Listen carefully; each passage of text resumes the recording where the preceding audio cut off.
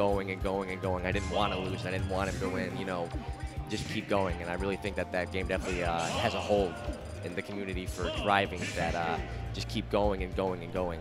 Right. You know, for those of you who are listening in here at Youmacon, this whole place is open 24/7. You get a lot of good players and a lot of fun and a lot of good laughs and a lot of frustration and tears. You know, later in the evening after the events have begun to close, you get those people who don't sleep, you know, because it's a con. You're right. And they come and they'll play Smash, and you definitely kind of like it's kind of like an old, you know, your own mini tournament. Yeah, like it's like a tournament plus, because like not only you have this game room, we have other events like the rave that's going on tonight. This is gonna be my first rave, and You are in for a treat, my friend. I know. I've been told. Like you got like Nate Wants to Battle was here. He had a concert. He's doing signings. You have all this cool stuff. So it is a first for him this year. That's his first travel here. But enough about the event. Let's we're in. Let's we get are to the in. Winners finals. We do have an early hold on the left side.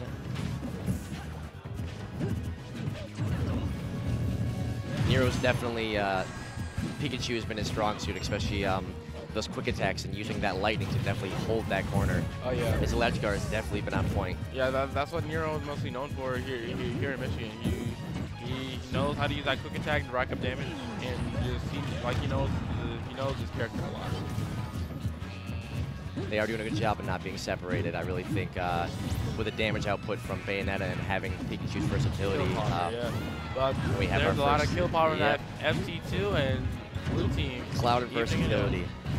Two words that mesh very well together. They're off to a pretty even start, though. If they can cap that from Cloud, you know, just definitely a slight lead, but we're seeing a lot of damage rack up from the separation. Watch out. Watch out for all those rolls. Oh, okay, the nice combo racking up damage. That's not it. Oh, it is. Oh, and it is. Okay. Okay. I guess he was positioned too high up. He feels like he's a couple pixels lower. I'm pretty sure he would have survived it. So that was a weak hit of Bayonetta's bear. You know, once you reach those higher damage pieces, even just those little attacks, that's all it takes. Get them over that edge, throwing them over and getting that one hit, and that's really all you need. All right, we got a little edge game going on down here. And that's going to be the end of Nero's first stock. Stocks are even. Percents are even too now. Just about, yep. Yeah. Ooh, I like the attempt of the F smash. He did lose from an up Cloud, and he still kept his Buster. So, you know, I really think as far as a character that can play a definite like super role in the game, as that KO finisher. Not so much for a damage builder, but it does do pretty good for output. That can definitely make the difference in keeping up with. Oh, the unfortunate SD evening up the side. This has just been one big even game.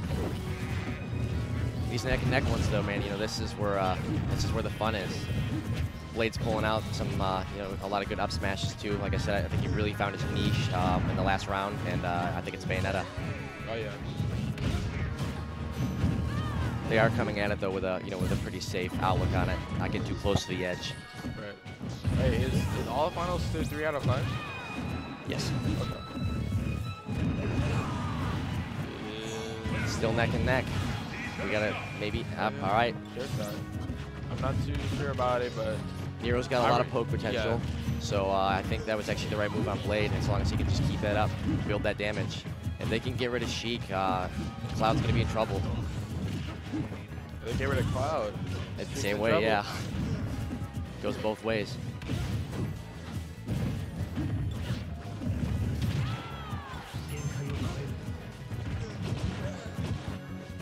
Cloud's up here.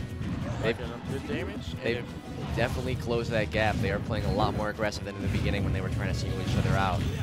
I like the cross slash, stopping him from using the up smash. Oh, all right. Smash going to compensate for that miss limit, and now we have a 2v1 situation, which is very doable if you look at the percents. All it takes is just one good witch time. Blade does have a pretty patient game too.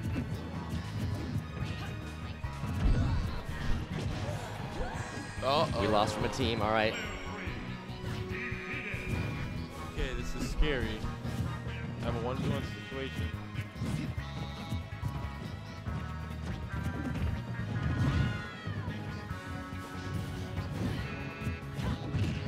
Oh. Even with these high percentages, it's just still neck and neck. It just always just takes that one little hit, and it's always just breathtaking to watch this kind of stuff. Is Oh, that it? And That's there it is, ladies and gentlemen. With the 2v1 comeback, Blade and Nero taking game 1. That was, do not count Bayonetta. If any character, do not count Bayonetta out. That patience is, I'm telling you, that's what, you know, showing through, waiting for that moment, capitalizing on that part. You know, a lot of Cloud players, they get that sense of security when they activate their Buster mode, you know, and he waited and at the perfect time too.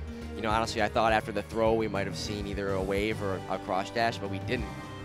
And I think Blade definitely capitalized on that moment, and it was a really good one. Oh, yeah, definitely. Wait, hold on. Hey, Gooshi.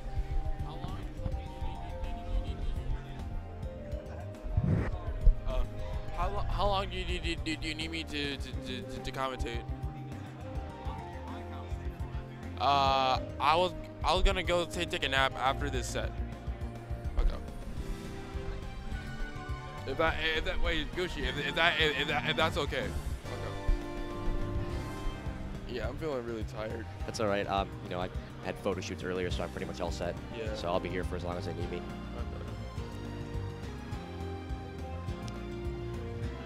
For those of you who are just tuning in or you know, been watching for a while, we appreciate it. We are in our finals rounds. First game went to Blade and Nero, and we'll definitely see where it's going from here. Yeah, Blade switching back to Sheik. Interesting pick, probably because of the state. I'm not sure. I have Probably not seen any of the Sheik play yet. Probably because of the stage. He probably feels more comfortable going Sheik on a flat stage like FD. Definitely a lot of tilt potential on that part.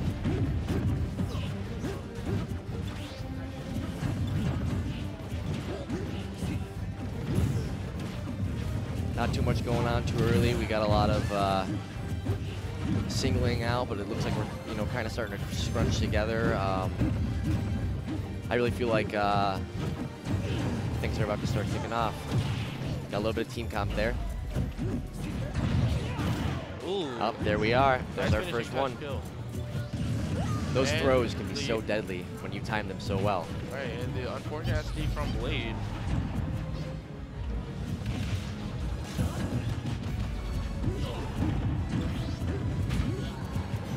We do have the 3-2 stock, but you know, they just got to get that hit. That was a beautiful roll, and there we have it. There's our first kill.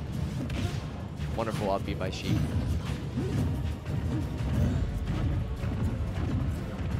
Still up. You know, the sandwich. It's a good Pikachu combo. To go to bread and butter, that's the word I'm looking for. The bread and butter Pikachu combos. I could not think of what I was trying to say. Sheik's got that airplay too, keeping Cloud isolated up in the air away from Sheik and laying that tilt and knocking that combo out.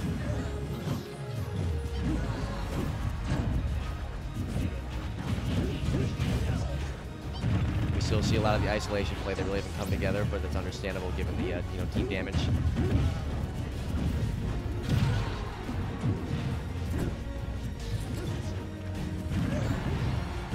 Nice mirror on the shield, gonna take non-stock and now yellow team. It did start off, yeah, we had the 2s, but now we're down to a 2-1. And another SD from the blue team. This is so, oh. Okay, Nero doing a good job keeping Nam off the stage. Let's see if he can keep it up. Blade's definitely pushing too for it. You know, keeping that isolation down there and being able to land those spikes really paid off for them. You know, at the beginning they did seem like you know, this match wasn't going their way, but we're seeing a lot of steady damage build up, and then that finisher. Yeah. I mean, you know, so far with the characters that I've seen Blade play with, there's a lot of proficiency. It's always great to see an amazing player pull through like this, but you know, I try not to judge. Like, a lot of these people I'm just starting to meet and stuff like that, and anything can go in these Smash tournaments. Oh yeah, definitely. Like, you hear an upset out of nowhere, you wouldn't believe it.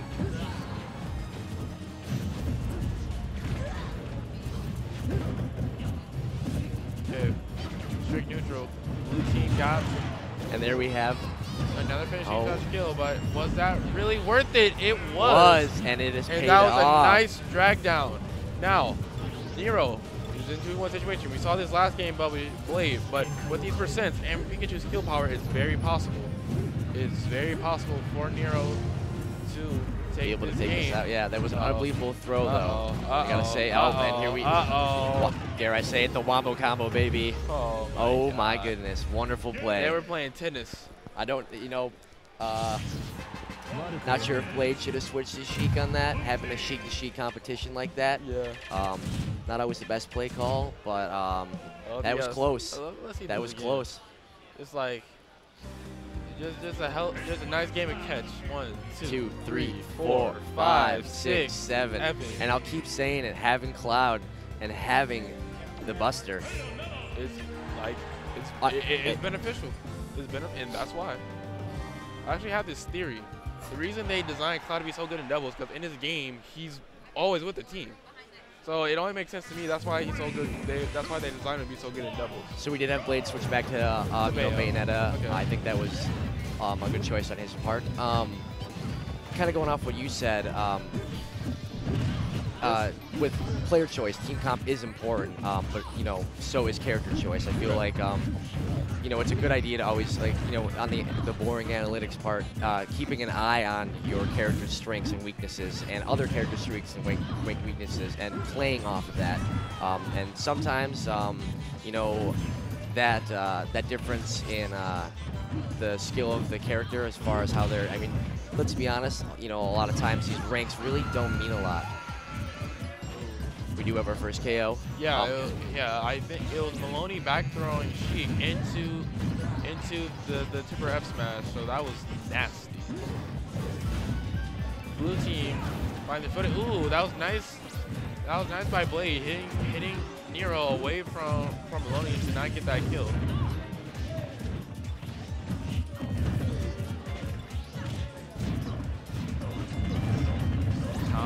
Unbelievable, absolutely unbelievable on Blade's part. He plays that top void so well, and all he needs is a bubble to do it. Time and time again through this tournament, he's been up there, and time and time again, he has knocked people out. You really know a true sense of a character when you cannot be seen on the screen and still dominate like that. Right. Ooh, blue team. We do have Pikachu with that third stock, high percentage, but with that Cloud loss, that was definitely a lot of good edge play. Bayonetta just had a little bit more rage on that up smash. That would have been it, but that back air is going to send Nero to the 5th dimension. Ooh, I like the attempt from Miloni trying to punish with the up smash. It would have been devastating. That over is definitely a punishment. You know, a lot of people don't prepare for that 1, 2, 3. You know, they shield or gray out for that 1, and they take that 2, 3. And I've seen a lot of people go down that way. Yeah, it's unfortunate, but it happens sometimes. Definitely seeing a lot of good play from Zori. Now I'm saving his jump. I was looking really grim from there. Ooh! Close. Would have been so disgusting. They were just, combos. Definitely a lot of good defense play on this too, though. You know, as much as the game is about offense, it's about defense, and you see a lot of that here. Oh yeah. We do have a corner, and that's another stock for Pikachu, but not without punishment. And blue team is in the lead. And we're right back to that neck and neck. And now yellow team is in the lead. And their Blade again and yellow with that team up is B. in the lead. With that up B. Combos. This is now a character like Sheik in a 2v1 situation like this is going to be very difficult to come out of, indeed. We might even see some tilt gameplay from them too to kind of pay back from the previous round.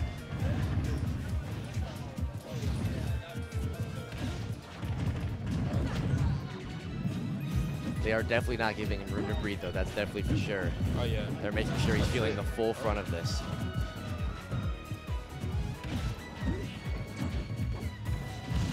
Oh, the spot dodge expecting a grab, but the up smash.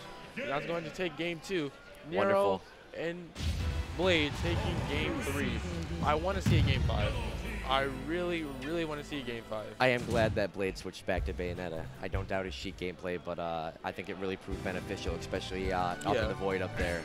Yeah, but like I said, some Bayos just don't feel comfortable playing on Final Destination because they don't have platforms, and which is understandable because Bayonetta thrives. She doesn't really thrive on platforms, but she capitalizes on platforms. And so much. just the incredible range on her smashes just makes for you know, you just literally don't see it coming. It is a boot in a face. Right. Just out right of to nowhere. it. It just hits. Yeah. All right, so Game 4, we're gonna go to Smashville. For those of you just tuning in, if we're still on stream, for those of you just tuning in, we have Blade Nero versus now Miloni.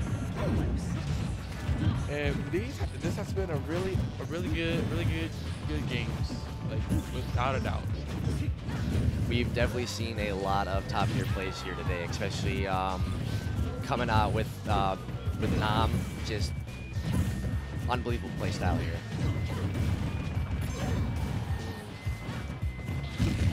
Ooh, that was a nice cross slash from Miloni, calling out the dash grab and taking the first stop.